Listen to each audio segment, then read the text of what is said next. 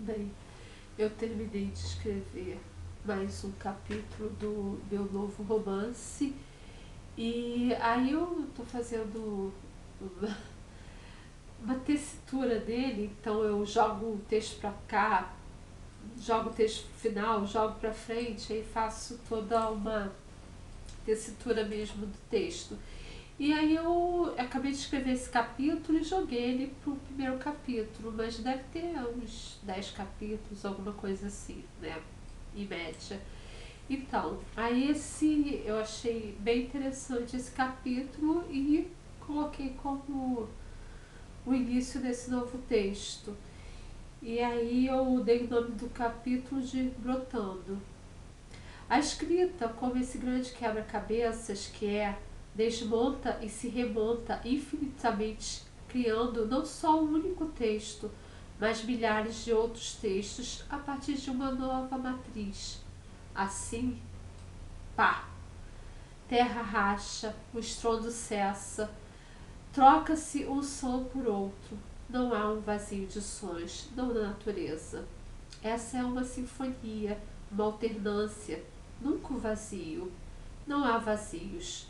Todo suposto vazio é preenchido por inconclusões, por um suposto não discurso que sempre é uma fala, um sinal, um signo, algo que tem uma representação, mas que por falta de analogias não consegue se fazer entendido em um raciocínio. Se dissesse no século XXI que o mundo enlouqueceu, seria loucura, porque da terra que rachou e que fez brotar a raiz já era envenenada, natureza que sempre quis respirar, mas o ar já estava poluído. Uma raiz sendo o início de todas as dores, porque se plantada a água como bálsamo não viria. Não, essa pequena e efêmera rosa foi plantada somente para servir o outro, ao outro. A ideia não era liberar a frágil rosa para florescer. A ideia era a rosa escrava, a rosa da servidão, que pudesse consertar o início, alimentar o feitor. Não nasceu para si mesma, nasceu como objetinho do próximo, como satisfação do outro. Alguém que foi planejado para o sofrimento, alguém em que a escuridão reina sobre toda a luz, porque absorve e internaliza esse outro, o Criador, Dr. Frankenstein, criando sua criatura não para gozar, mas para absorver sua culpa, suas trevas. Nunca de si mesma, mas sempre daquele outro que a deu vida, pronta para servir, entregar sua criação aos corvos para ser dilacerada, se não pode te servir com presteza. Contudo, você sempre está em falta, sempre aquele vazio que precisa se dizer e não foi alimentado para tal. Escravidão. Dói porque cobra sempre o melhor comportamento, dependendo da escravidão, até no melhor amor. Tira o que não deu, se sacia da não troca, do roubo, da destruição de pedaços de carne retirado de sentimentos de retirada de cemitérios de esperança, solidão, vender a alma pelo alimento, para se ver longe da escuridão que a solidão alimenta, choro, dor, não querer ir, querer respirar, ansiar por sobreviver. Melhor sem expectativas, mas tentar sobreviver.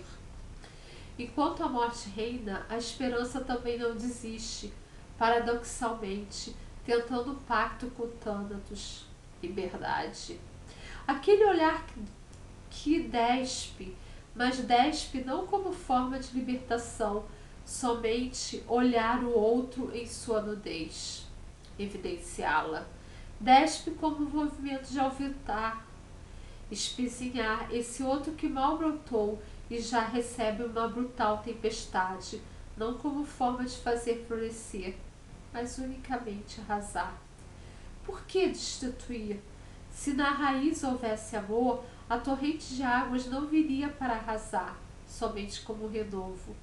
Não era o renovo, era a inveja, o fato de se sentir tão menos, tão destituída que o único movimento apreendido seria o de destruir e não construir.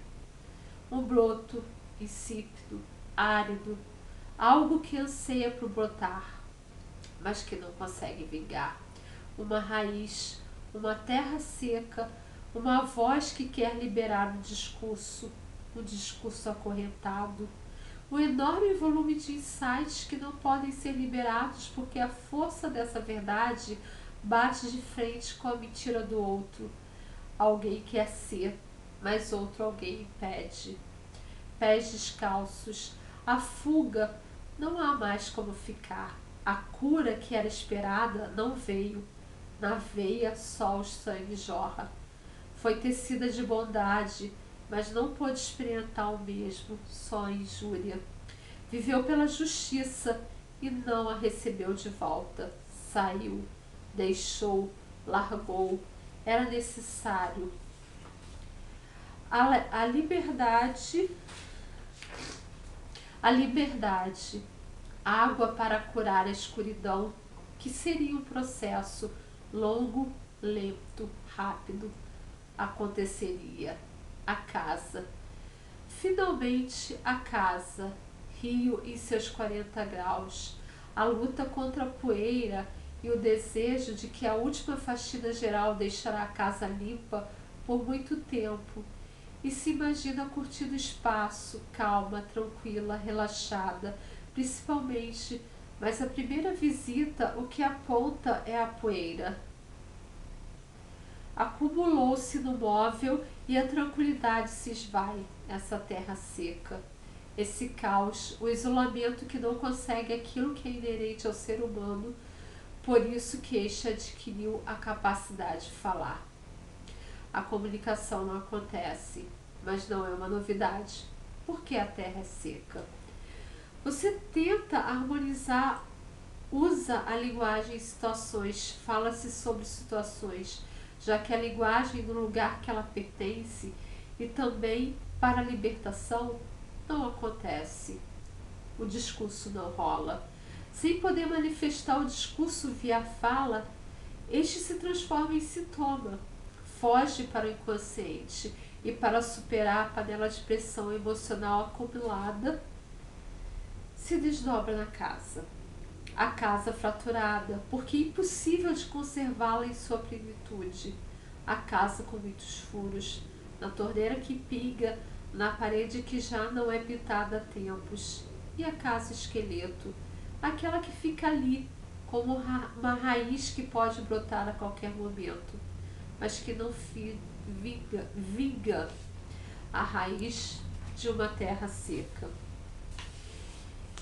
Enjaular uma pessoa de tal forma que reduz sua capacidade de crença em si mesma. A casa era um local de segurança, também o de medo, um local paradoxal de onde se quer fugir desesperadamente e o único local de conforto em uma terra seca, sua própria síndrome de Estocolmo. Débora Campos, pela primeira vez, colocava os pés no lar que sempre desejou. Já havia morado em muitos lugares, mas todos seus sonhos sempre estiveram voltados para aquela casa que agora, finalmente, em 2018, ela pôde conseguir. E ao inserir a chave na maçaneta e abrir pela primeira vez sua linda porta de madeira, assustou-se ao se ver sentada aos 13 anos em seu novo modelo de sofá e ao mesmo tempo em cima de vários engradados de taco. Dois tempos que se encontram no mesmo espaço e, apesar do susto, o não estranhamento por ser uma parte de si mesma muito conhecida que estava agora ali em sua frente. O passado que visitava o futuro para descobrir que tudo deu certo e se encher de esperança para continuar. As coisas acontecem ao nosso redor sem que tenhamos a possibilidade de, nem pelo menos, darmos o nosso aval. Não dizemos, isso deve ser assim ou assim, mas há ocasiões em que podemos descansar nessa conspiração do destino. pois conspira a nosso favor. É muito querer que com o crescimento realizou-se maturidade, lapidando o dom. As mudanças ocorrem, mas os nossos olhos limitados levam anos para instalarem-se. Porém, não é bem assim. De repente, olhamos para trás e vemos que tudo aconteceu tão rápido que nem percebemos. A primeira noite na casa, o primeiro sonho, o lobo em frente a um filhote de gato. A pequena gatinha, ao invés de correr, foi em direção ao lobo e foi comida. Nojo e repugnância no sonho. A cena muda e a gatinha se encontra no inferno, com o pai gato virando as costas e indo embora. Voltar ao lugar de origem, ou talvez permanecer sempre nesse mesmo local, e os outros é que vão saindo, pelas mudanças, pelos casamentos ou pelas mortes. Ver-se sozinha pela primeira vez. Saborear esse prato suculento, perceber que não precisa mais dividir a comida, o espaço, a dor. Às vezes, quando a dor não está mais aí para ser dividida, consegue-se finalmente perceber que a dor não era sua, era do outro, apenas compartilhada.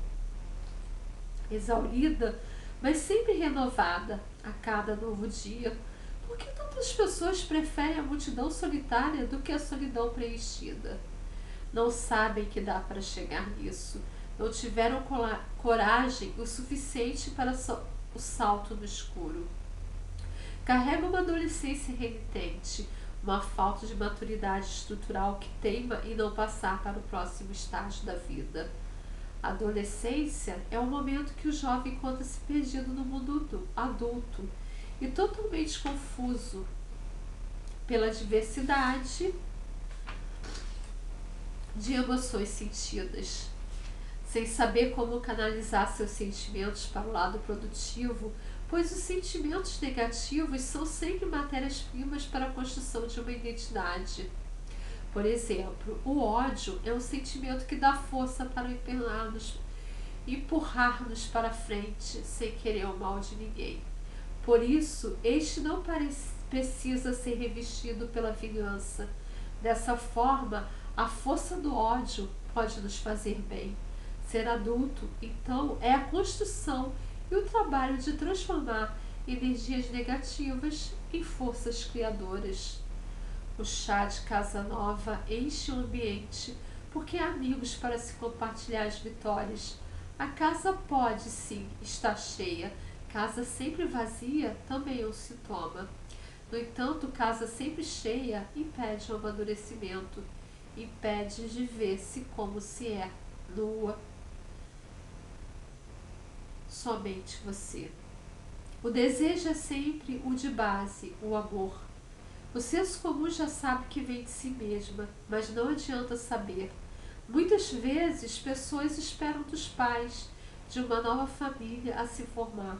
O mundo é um lugar duro, árido. Às vezes queremos nos esconder dele. Mas como? Se estamos nele. Compreendemos que um abraço, em sua forma de envolver-se, é um refúgio. Contudo, há sempre um menino lobo que não foi nutrido por laços humanos, mas a revelia descobre em um lugar substituto o sentimento. Para nós que não nos perdemos na selva, talvez um bom filme tenha fornecido ao nosso cognitivo respostas. E entendemos, mas não experienciamos. Débora sabia que era uma casa só dela, o abraço que precisava. Ela era a tomada e a casa o carregador.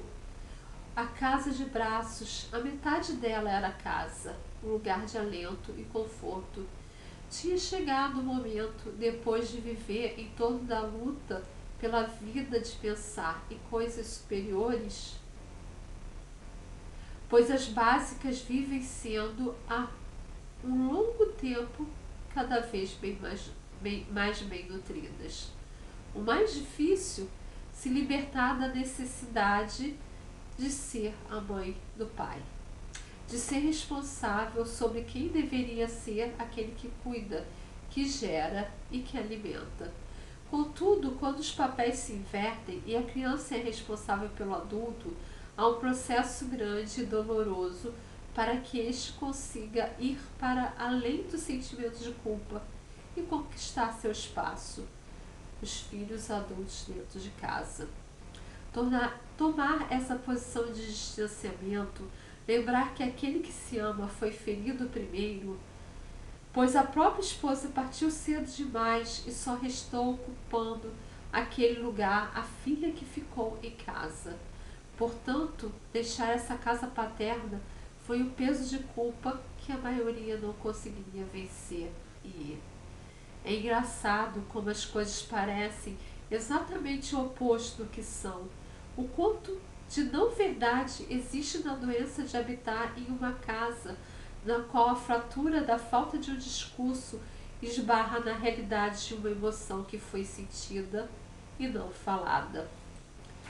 Aquele momento no qual a fala, o choro represado que vem mais